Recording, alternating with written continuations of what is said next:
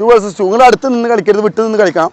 Okay, നിങ്ങൾ 2 ഡിഫൻഡർമാർ, ഒരാളും goal keeper സപ്പാനേ പോസ്റ്റിൽ വാ.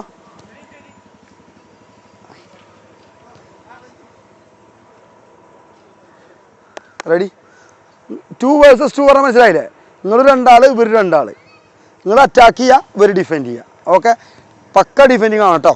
അറ്റാക്കിങ് പറഞ്ഞാൽ കടന്ന് പോകാൻ പറ്റണം, അടിക്കാൻ പറ്റണം, എല്ലാം ചെയ്യണം. Okay, ready? Ready go. ഗ്രൗണ്ടിൽ നിന്ന് മാറണം. റെഡി? പോയോ?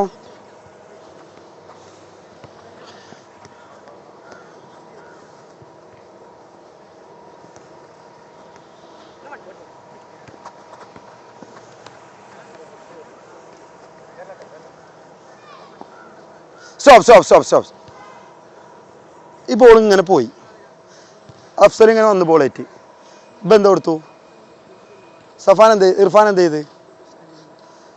ഇവിടുന്ന് സ്പേസ് ഉണ്ട് അടിക്കാൻ സ്പേസ് ഇല്ല, ഇതിലടിക്കാൻ സ്പേസ് ഇല്ല, ഇവിടുന്ന് ഇങ്ങനെ കർവ് ചെയ്യാൻ സ്പേസ് ഇല്ല, ഇവിടുന്ന് ഇങ്ങനെ അടിക്കാൻ സ്പേസ് കിട്ടൂലേ? ഇപ്പം അവിടെ നിന്നാലും ഇത് ഒന്നുകൂടി കർവുള്ളവനാണെങ്കിൽ സുഖമായിട്ട് കർവ് ചെയ്ത് പറ്റാൻ പറ്റും.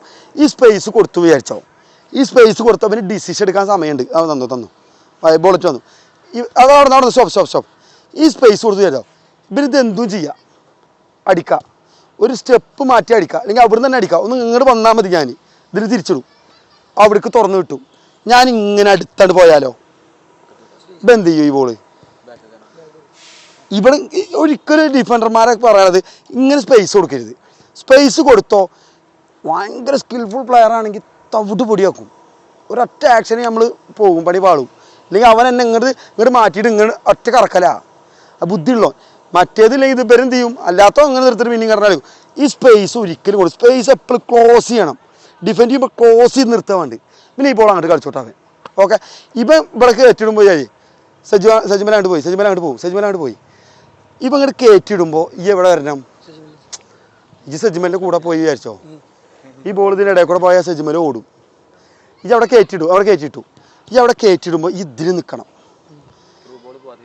യെസ്, ഈ ത്രൂ ബോൾ പോകരുത്. ഈ ത്രൂ ബോൾ വരണ്ട. ഇതിൻ്റെ ഇടയിൽ കൂടെ വെറുതെ ഒരു ബോൾ വിട്ടോക്കെ, അതിൻ്റെ ഇടയിൽ കൂടെ ആ ബോൾ ആർക്ക് കിട്ടും? എനിക്ക് കിട്ടും. നേരെ മറിച്ച് ഈ ഇത്ര ദൂരത്ത് വന്ന് നിന്നാലോ ബോൾ പോകും. യെസ്, അത് നോക്കണം കേട്ടോ. ഒരാൾ കയറ്റിടുമ്പോൾ നേരെ മറിച്ച് സജിമലിൻ്റെ ബോൾ സജിമലിനെ വെച്ച് കയറ്റിട്ടു. ആ ബോൾ എടുക്ക്, അസഫാന ബോൾ എടുത്താ ബോൾക്ക്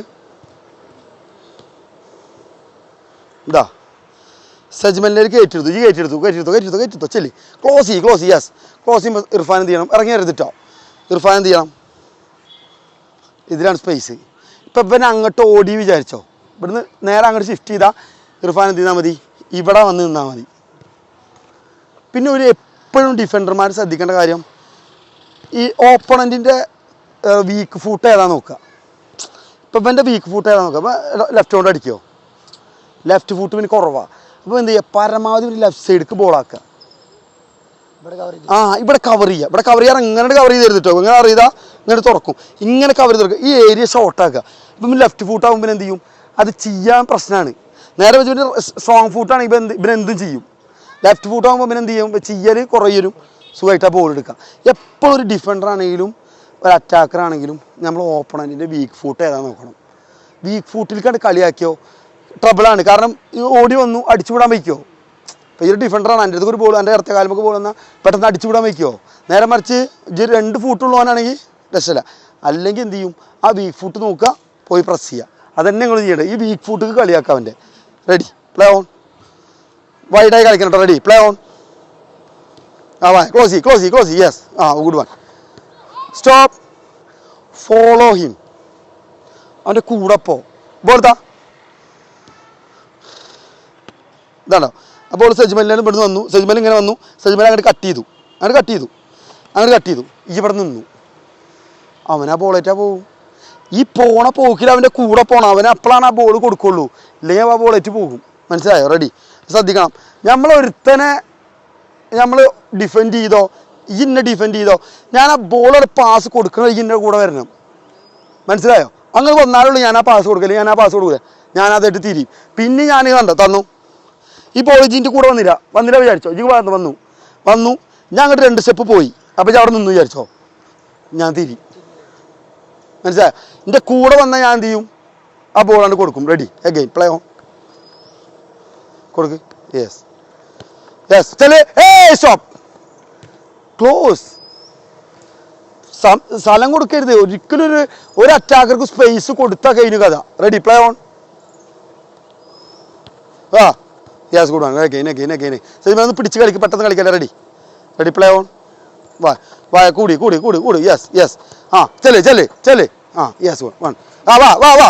യെസ് ഗുഡ് വൺ. അവൻ്റെ കൂടെ ഓടരുത്, ഇറങ്ങി നിന്നാൽ മതി. അവ ഓടിക്കോട്ടെ, അത് ഓഫ് സൈഡ് ആണ്. Ready again again again. Ready play on. കയറി വാ കയറി വാ. സിനാ വാ, സിനാ തുറക്ക്. Yes good one. ഇതുണ്ടോ സപ്പോർട്ടിന് അവിടെ ആളുണ്ട്. ഇപ്പം ഇങ്ങോട്ട് കട്ട് ചെയ്താൽ ബോൾ കിട്ടി. Ready again. റെഡി.